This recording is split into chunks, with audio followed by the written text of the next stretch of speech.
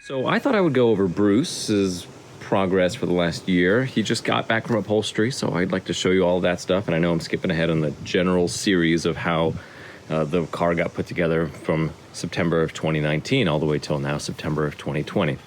But I think it's worth it because this is actually a lot of fun and there's still a lot of work ahead. We'll have a look underneath and see how a mostly fully restored car has aged in the last year. About 50% indoors, 50%, maybe 70% indoors, 30% outside. It was covered most of the time, but let's begin. A couple days ago, came back from upholstery, so we might as well start with the interior here. The red seats, I'd say it's 95% finished, this interior, and the remaining 5% is the door handles. I'd like to put those on. They're actually over here on top of this Alfa Romeo, so that's about all it's good for, is just storing Volvo parts. I'm just kidding. And the emblem sticker that goes on the side, I don't know if it's right down here or in the divot, but that is the reflector sticker for oncoming traffic. I need to replace the trim here because I was an idiot and thought that the sticker that you remove for the trim was actually the whole trim itself. And yeah, so VP supplied a replacement, thankfully. I need to wrap the sides of the seats. Boy, this 95% just went down to about 85%. This is overspray on the handle. It's gray, so it doesn't really bother me, but I might, if I'm bored and really want it to look nice, polish it up. I've got the ring here for the end of the brake. I have to tuck this because the heat kind of pulled it back just a little bit. My installation was very quick on this car to get everything ready for slow rolling, and that was a big deal to me. Now, the biggest job that we had was the headliner. If you're on my Instagram, which is at Mr. David Bello, you will have seen probably 2-3 videos and some story updates of the headliner installation being finished. So over time, I did all that. Yep, there's my new XC90 back there. Next to another XC90 right here. This is El Jefe's car. The radio, I would like to put in a radio, but in the meantime, I've just got that Volvo blanking plate. The back seat was put back in with the trays. The trays were a big deal to me. I'll show you the old ones, and we got the rear panels as well. They did not put the screws in the very corner here, so these could be a little bit tighter fitting, but especially on that side. That's something I can do, and I had to pull the seats out to do all the rear stuff. I'm happy with the way the rear seatbelt loops went through. I just sort of binder clipped those at a 45-degree angle and made them as a reference for the shop, and they said, all right, we'll make something happen. So you're not going to see a lot of me because right now I look like Vermeer painting, so it's better to just show you the car than save you from this. And there's a lot of re-chroming that I would like to do, but in the meantime we did put these on. I did. We had them re-chromed, and then I did the installation. There's no rubber gasket on the inside of the window, but as you know from one of the slow rolling videos, there's a guy that just said, oh yeah, there's a universal type rubber that you can just stick in there from a place in Torrance, I believe. So I might remove the sticker on the rear. You know, it's somebody described it as a lampshade plastic cover. Like if the car were brand new, this would be on at the dealership as one of those like little product stickers. But to me, it's a piece of history. So if this car ever makes it into a movie, for sure that thing's getting removed. I don't think I needed rubber back here, but I put it. It might just be extra, who knows. I kind of like the look of it, and we'll see. Speaking of rechroming, this fella here, the pot metal underneath was just a little too rusty, so the shops are like, find a better example for us because this isn't going to look great. So spend the money on something a little bit better. There was one new old stock that was coming out of Malaysia, $300. I thought it was a bit steep, but who knows. These have not been re-chromed. These were just polished, you know. I did get the sill plates polished up, and they look beautiful. I've never seen such nice sill plates on a Volvo. The pedals, you'll notice the clutch pedal sticks up really high. The adjustment's not right, and I think the rod is not the right length either. We'll see. Had no issues on Jen, but this one, for whatever reason. Okay. Flashers, just one of my favorite aftermarket bits. That was you know, the previous owner put that in here. I do want to reinstall the choke ring. I do actually want the Swedish one. So it'll say Ljus and Vitork, and I've already got the one for fan. This is Flucht. So that would be really nice for me to have those in place. But I'm just very happy with the headliner, and I'm super happy the fact that VP has new visors available for these cars. That's wonderful. The mirror does like to drop a little bit, so I will have to revisit that. But that's it for the interior. Door gaps are really nice on this side, but a little too much on the other side. We'll crawl underneath in a moment. You can see I'm brand loyal, but I'm not stubborn. When I was putting the doors back in, I used some of the new clips that VP supplied. I think I talk about it in one of the future videos. That's all the spots where it pulls the body too much. I think there's 2 on the other side. So yeah, don't get aftermarket body clips. If you can find the originals, the aftermarket ones are just a little too stiff and they grab too much and they pull the body too much, and the body's thin. It's, you know, I've got sound deadening in there, so that helps. Yeah, nice. All right, let's have a look under the hood. I would like to have re-chromed these, but I put it together in a hurry. I would like to have re-chromed this. I put it together in a hurry. That's a good feeling and a nice sound, but the squeak drives me nuts, and all the little chips that happen in the paint. Okay, perky springs that want to overcompensate and just throw the hood up. And yes, the hinges are bent, which is why it opens a little too much. The bend is right here. This has a radius to it. Uh-oh. Looks like the wind caught you a few too many times. For the last year, this is what's happened. It's time to get a new temperature sensor. The whole gauge cluster actually could be replaced. Plug right here. This one popped out 2 days ago. Driving back from the upholstery shop. Uh-oh. Had huge misfires and backfiring. Actually, the car got so hot that the backfiring is what caused the pressure. Not the backfiring, but when I shut it off, it was dieseling, I guess you'd call it, or just totally running out the intake because it was just so hot. It still kept turning over, but it was popping. It was putting pressure through the intake, and I think that's what popped the plug out. I might find the old one somewhere on the driveway here. Who knows? Yeah, this 4-blade fan does not pull enough air. The replacement is up front. That's by Brookstone from the UK, also known as classicvolvoparts.co.uk. Those guys are pretty good for some fun aftermarket solutions and sport options. So they like to race these cars. Got heater hoses. I'll show you that in a second. I want these all to match. We're going to have new radiator hoses that are actually silicone from VP Auto Parts. They started offering those.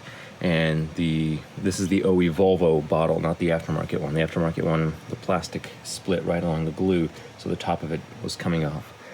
And that ended up, failing after about 1,000 miles. I think I've put no more than 1,500 miles on this since it's been rebuilt. These filters I'm replacing with a box-style filter. Brookstone has a wonderful video on how to keep your Volvo from overheating, and they do talk about louvering the hood. That's not something I'm going to do. I'm not racing. I just need a little bit of extra air, cold air coming in to help keep this engine cool because it does like to get hot. I'm getting rid of these headers. Oy vey. Okay, the grills. These are the ones from Germany. They were the better of the two. When I bought the front nose from the UK, it had a worse pair of grills.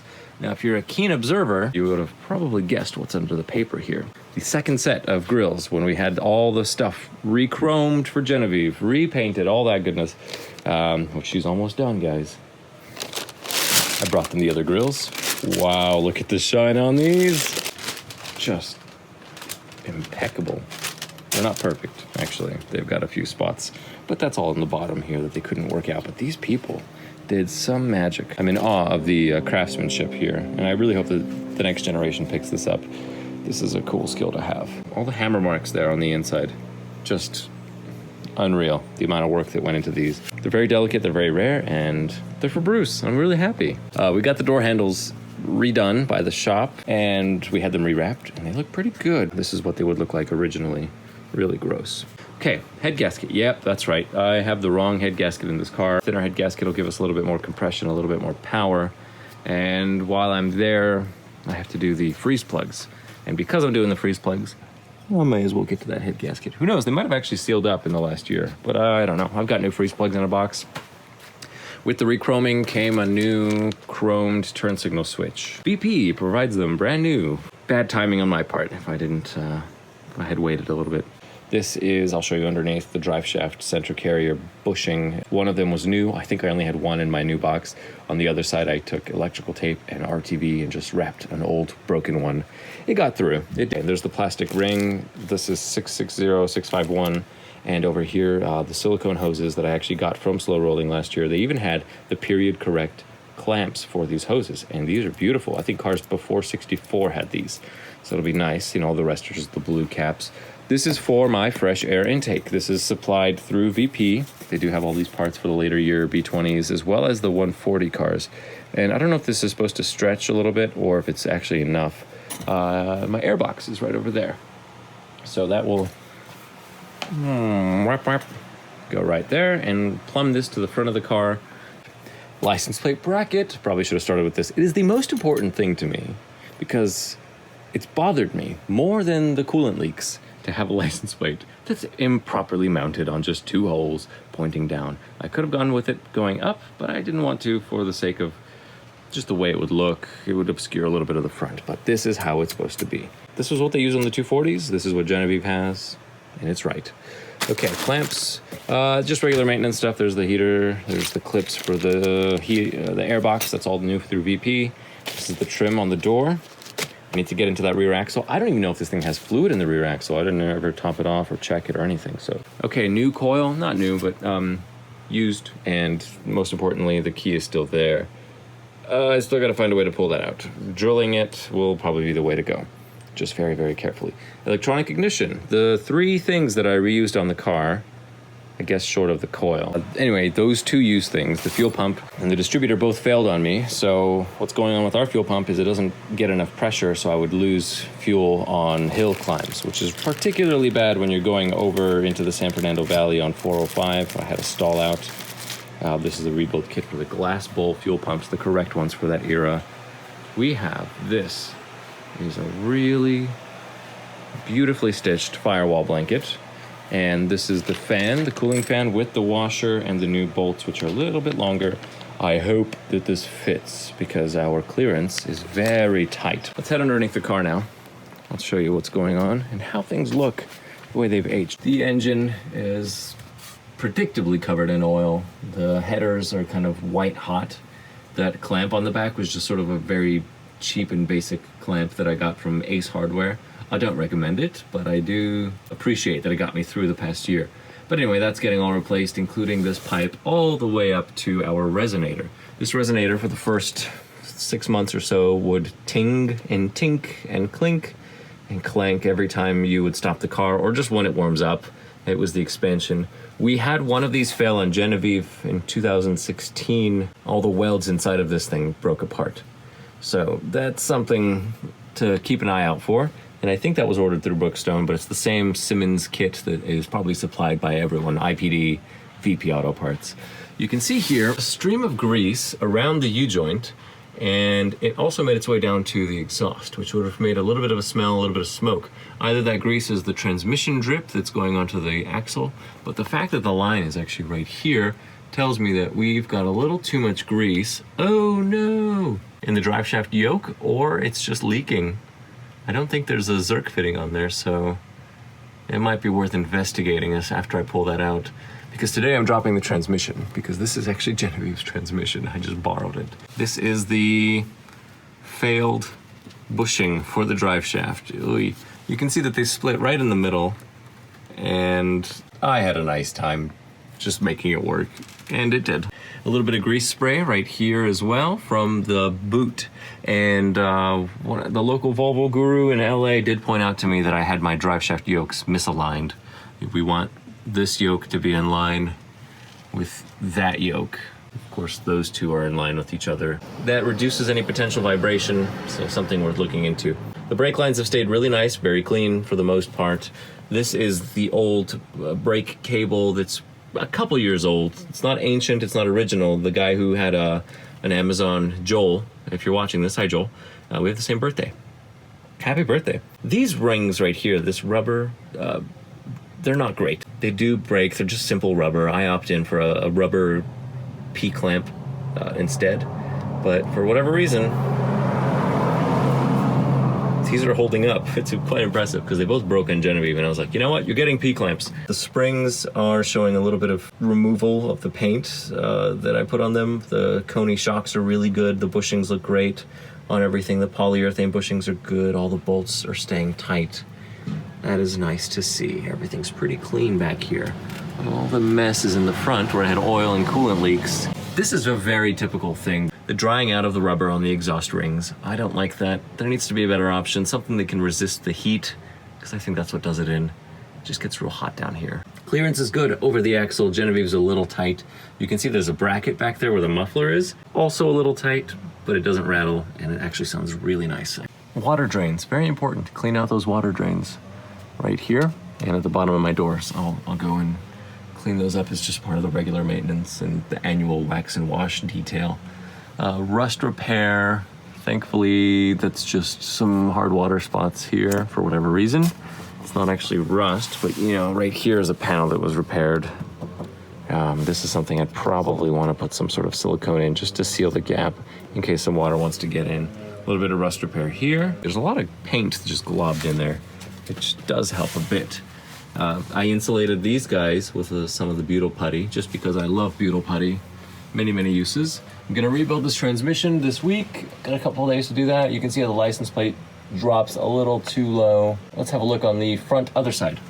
As we make our way over, I do want to tell you that it's a little easier to open this now that the seals have settled into place. You can see the indentations here from the rubber bumpers. They have compressed all the way down to the metal. They're just thick, and you know, this rear end was hit, so I'm happy that it still closes no matter what. The gasket on the ring here, when you fill up the tank and you're parked and the gas level is on the rubber or the cork, whatever it is inside, it leaks. It leaks actually through the screw holes, not through the rubber, so I need to replace those.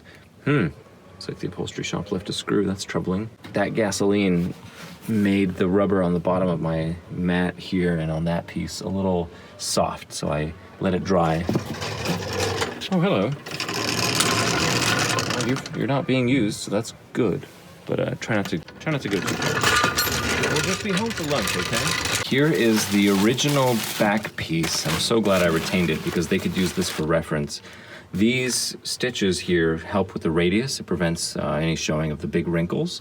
And on the back side, oh, completely fallen apart. They actually glued the replacement in place. It's right there where the speaker cover would be. So they didn't use any clips, and to be honest, I'm not upset about it. I just hope it lasts, so I'm nervous. But there's the seat belts. They go right through. You know, this is green for whatever reason. It should be gray. But that's just the batch that came. I replaced the front kick panels to be more gray. We gave them 3 sets of rear panels that I had collected over the past couple years, and I said, please take the best one, make it work. They had to reinforce them, of course, because they all get broken. It's just the same issue with the rear shelf panel. It's just that brittle, kind of papery material over many years. This is the upholstery from the original one. Genevieve, I got to do the same thing with the rear seat belts. These are the pieces I was just describing to you. This is actually Pelican Auto Parts supplies these for the Porsches, and they work really well. So we'll be doing that. Oh yes, I almost forgot. We've got the glove box. There's the shelf for Genevieve here that was redone. I need to do that on Bruce as well. How could I forget? The steering wheel has a leather wrap on it now. Oh yeah. Leather wrapped wheel here on Genevieve as well. I did all the work to make the trimmings perfect for this front. The trim clip, the tucking of the dashboard pad underneath the cluster and around it, all the way over to the other side. The radio, that radio actually has been retrofitted with Bluetooth, not something I did, but I'm gonna have to install the speaker behind the shelf, the glove shelf mat, and get that in place. This is the common style headliner that you'll see, just the regular white vinyl. The one on Bruce is a fabric, it's called a waffle material, and 3-point seatbelts as well. I have to do them on the rear, put them in those rear panels there. I'm gonna use the old ones for templates and install the seatbelts, but really this car's almost finished. Anyway, there's a whole year of episodes coming out on Genevieve, but just to show you, it's all there. There's even the red parking brake light right there. This has been my bread and butter through COVID. I've been losing my mind in this garage 5 days a week, but thankfully it's getting a little bit cooler. It wasn't so hot like it was last week. That's enough rambling for today. Thanks for watching, and we'll be back with more videos. As always, hit the thumbs up and leave your comments, you know, whatever you got. I like chatting with you guys, or at least just seeing that you're there. All right, bye-bye now.